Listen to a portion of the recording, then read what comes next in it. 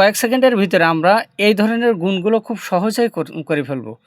যেমন আমরা একটা ৯কে ২ দ্বারা গুণ, ৯ ২টা ৯কে ৪ দ্বারা গুণ, ৩টা ৯কে ৫ দ্বারা গুণ।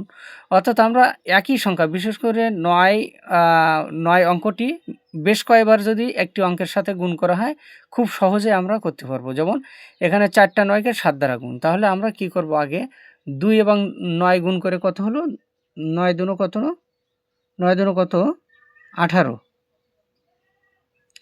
৪ নং কত ৩৬, ৫ নং কত ৪৫, ৭ নং কত ৬৩। অর্থাৎ আমরা একটি ৯কে গুণ করেছি, আমরা ৭ এবং যে কোনো একটি ৯ গুণ, ৬ এবং যে কোনো একটি ৯ গুণ, ৫ এবং যে কোনো একটি ৯ গুণ, ৪ এবং যে কোনো একটি 9 গুণ, ২ এবং শুধুমাত্র একটা ৯ আছে, এটা আমরা গুণ করলাম। এর পরবর্তীতে আমরা সবগুলো গুণ অঙ্ক আমরা একসাথে দেখব। এরপর আমরা এখানে আরেকটি ৯ বাকি আছে, আমরা এখানে শুধুমাত্র এই ৯টা এখানে বসিয়ে দেব, আমাদের এই গুণ শেষ। এখানে আর কয়টা ৯ বাকি আছে, 2টা, তাহলে আমরা এখানে 2টা ৯ বসিয়ে দেব।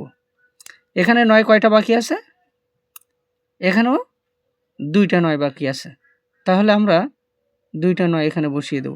এখানে কয়টা ৯ বাকি আছে, 3টা, তাহলে আমরা একটা ৯, 2টা ৯, 3টা ৯, তাহলে আমাদের ৭ এবং 4টা ৯-এর গুণফল ৯,৯৯৯ এর গুণফল ৬৯,৯৯৩। ৬ দ্বারা ৯৯৯ এর গুণফল ৫,৯৯৪। ৫ দ্বারা 3টা ৯ মানে ৯৯৯ এর গুণফল ৪,৯৯৫। ৪ দ্বারা 2টা ৯-এর গুণফল ৩৯৬।